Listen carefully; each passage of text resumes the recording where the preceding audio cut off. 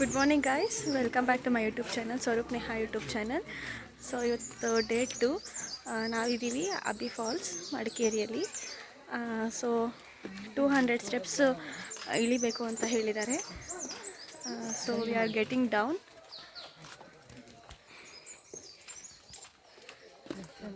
ಹೇಗನ್ಸಿದೆ Abbi Falls? ಚೆನ್ನಾಗಿದೆ, ಮುಂದೆ ಹೋಗಿ ನೋಡೋಣ.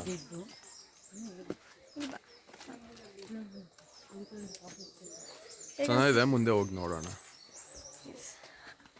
ಇನ್ನು ಇವಾಗ ಸ್ಟಾರ್ಟ್ ಮಾಡಿದ್ದೀವಿ ಸ್ಟೆಪ್ಸ್ ಇಳಿಯೋಕ್ಕೆ.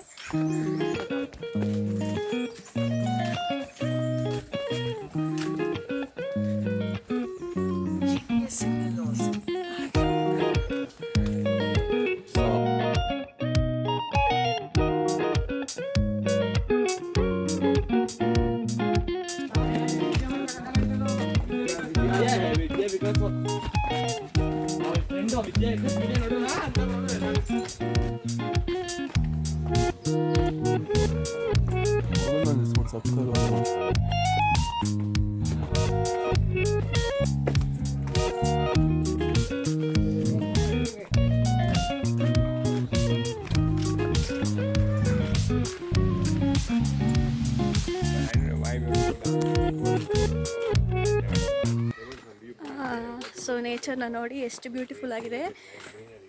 ಬೆಂಗಳೂರಲ್ಲಿ ಆ ಗಿಜಿ ಟ್ರಾಫಿಕ್ಕಲ್ಲಿ ಬರೀ ನಮಗೆ ಕಾಣಿಸೋದು ಬರೀ ಬಿಲ್ಡಿಂಗ್ಸ್ ಮತ್ತು ಟ್ರಾಫಿಕ್ ಮಾತ್ರ. ಮಡಿಕೇರಿ ನೇಚರ್ ಅನ್ನೋದು it's A very beautiful place.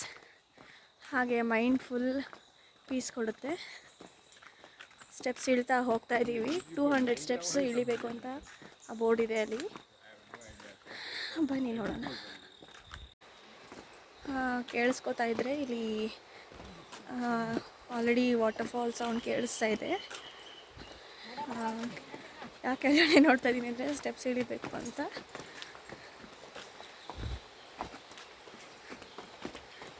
Parrot, Pigeon ಎಲ್ಲ ಕೂಗ್ತಾ ಇರೋ ಸೌಂಡ್ಸ್ ಕೇಳ್ತಾ ಇದೆ.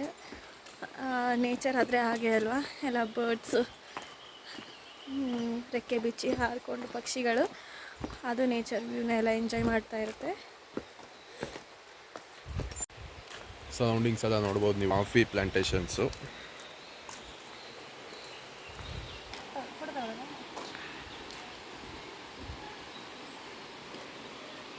ಸೊ ಫೈನಲಿ ಅಬ್ಬಿ ಫಾಲ್ಸ್ ಬಂತು.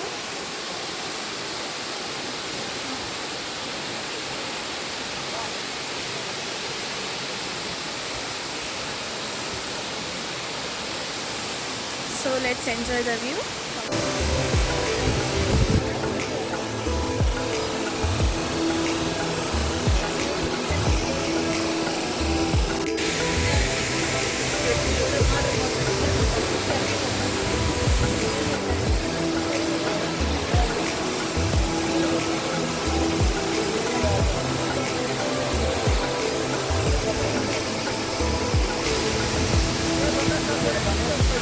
ಗೈಸ್, ಅದೇ ಅಬ್ಬಿ ಫಾಲ್ಸ್ ನೋಡಿದ್ವಿ.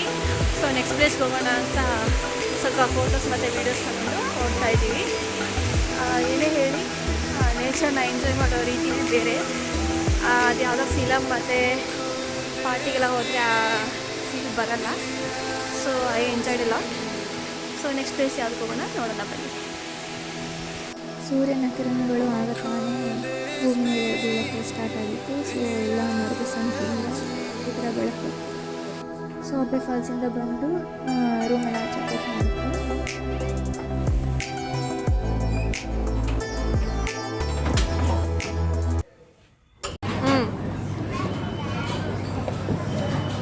ಹೇಗಿದೆ ಪೂರಿ?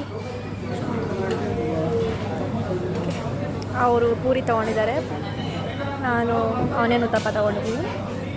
ಸೊ ಬ್ರೇಕ್ಫಾಸ್ಟ್ ಮುಗಿಸ್ಕೊಂಡು ನೆಕ್ಸ್ಟ್ ಯಾವ ಪ್ಲೇಸ್ಗೆ ಹೋಗೋದು ಅಂತ ನೋಡಬೇಕು. ಆನಿಯನ್ ಉತ್ತಪ್ಪ ಚೆನ್ನಾಗಿದೆ.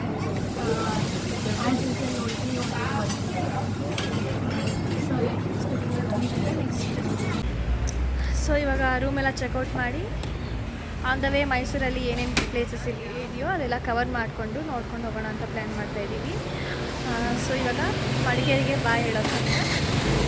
ಸೊ ಮಡಿಕೇರಿಯಿಂದ ನಾವು ಹೊರಟಿದ್ದು ಬೃಂದಾವನ್ ಗಾರ್ಡನ್ಗೆ, ಅಂದರೆ KRS ಡ್ಯಾಮ್ ಅಂತ.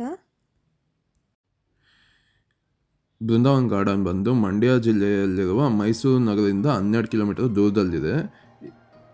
ಇದು ಕಾವೇರಿ ನದಿಗೆ ಅಡ್ಡಲಾಗಿ ಕಟ್ಟಲಾಗಿರುವ ಕೃಷ್ಣಸಾಗರದ ಅಣೆಕಟ್ಟು ಅಂತಲೂ ಕರೀತಾರೆ.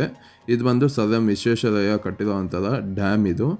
ಈ ಬೃಂದಾವನ್ ಗಾರ್ಡನಲ್ಲಿ ಮೇಯ್ನ್ ಅಟ್ರಾಕ್ಷನ್ ಅಂದರೆ ಸಂಗೀತ ಕಾರಂಜಿ. ಆ ಸಂಗೀತ ಕಾರಂಜಿಗೆ ಆ ವಾಟರ್ ಫೌಂಟೇನ್ ಕೂಡ ಒಂದು ಸಿಂಕ್ರನೈಸ್ ಮಾಡಿ ಫೌಂಟೇನ್ ನೋಡೋದ್ರಿಂದ ತುಂಬಾ ಖುಷಿ ಆಗುತ್ತೆ. ಅದು ನೋಡೋದಕ್ಕೂ ತುಂಬ ಚೆನ್ನಾಗಿರುತ್ತೆ.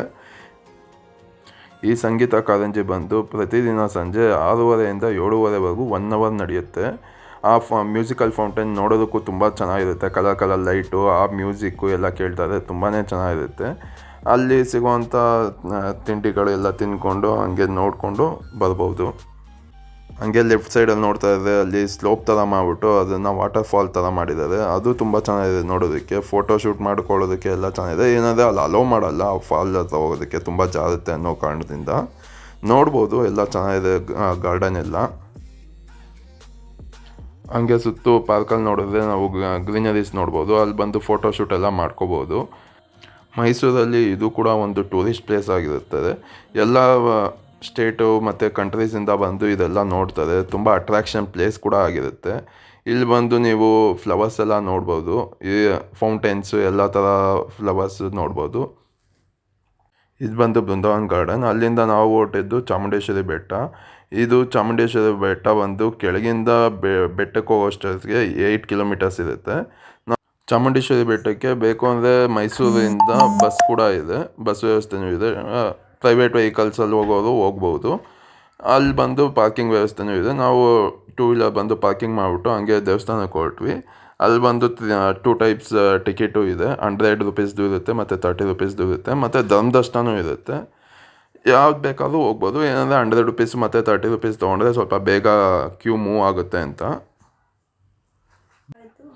ಸರಿ ಅಂತ ನಾವು ಗಾಡಿ ಪಾರ್ಕ್ ಮಾಡಿಬಿಟ್ಟು ದರ್ಶನಕ್ಕೆ ಹೋದ್ವಿ. ದರ್ಶನ 1 ಅವರಲ್ಲಿ ದರ್ಶನ ಆಯಿತು. ಚಾಮುಂಡೇಶ್ವರಿ ದೇವರಲ್ಲಿ ನಾವು ಏನೇ ಅರಿಕೆ ಮಾಡಿಕೊಂಡ್ರೂ ಅದು ನೆರವೇರಿಸ್ಕೊಡ್ತಾರೆ ಅಂತ ಒಂದು ನಂಬಿಕೆ. ಪ್ರತಿ ವರ್ಷ ದಸರಾ ಅಂತ ನಡೆಯುತ್ತೆ ಮೈಸೂರಲ್ಲಿ. ಈ ಚಾಮುಂಡೇಶ್ವರಿ ದೇವ ವಿಗ್ರಹನ ತೊಗೊಂಡೋಗಿ ಅಂಬಾರಿನಲ್ಲಿಟ್ಟು ಮೆರವಣಿಗೆ ಮಾಡ್ತಾರೆ. ಅದನ್ನು ನೋಡೋಕ್ಕಂತೂ ತುಂಬಾ ಚೆನ್ನಾಗಿರುತ್ತೆ. ಎಲ್ಲರೂ ಮೈಸೂರು ದಸರಾ ಅಂದರೆ ತುಂಬಾ ಇಷ್ಟಪಡ್ತಾರೆ. ಫೈನಲಿ ನಾವು ಚಾಮುಂಡೇಶ್ವರಿ ಬೆಟ್ಟಕ್ಕೆ ಬಂದ್ವಿ. ದೇವಸ್ಥಾನಕ್ಕೆ ಬಂದು ಸರಿ ಅಂತ ಕ್ಯೂನಲ್ಲಿ ನಿಂತ್ಕೊಂಡು ದರ್ಶನಕ್ಕೆ ಹೊರಟ್ವಿ. ಅಲ್ಲಿ 1 ಅವರ್ ದರ್ಶನ ಆಯಿತು. ವೀಕೆಂಡ್ ಇದರಿಂದ ಸ್ವಲ್ಪ ರೆಸ್ಟ್ ಕೂಡ ಇರುತ್ತೆ. ಎಲ್ಲ ಕ್ಯೂನಲ್ಲಿ ಹೋಗಿ ದರ್ಶನ ಮಾಡಿಕೊಂಡು ದೇವ್ರ ಸೇವೆ ಅಂತೂ ತುಂಬಾ ಚೆನ್ನಾಗಾಯಿತು. ಇದಾಗಿತ್ತು ನಮ್ಮ ಇವತ್ತಿನ vlog. So thank you for watching the vlog. ಹೀಗೆ ಸಬ್ಸ್ಕ್ರೈಬ್ ಮಾಡಿ. Thank you.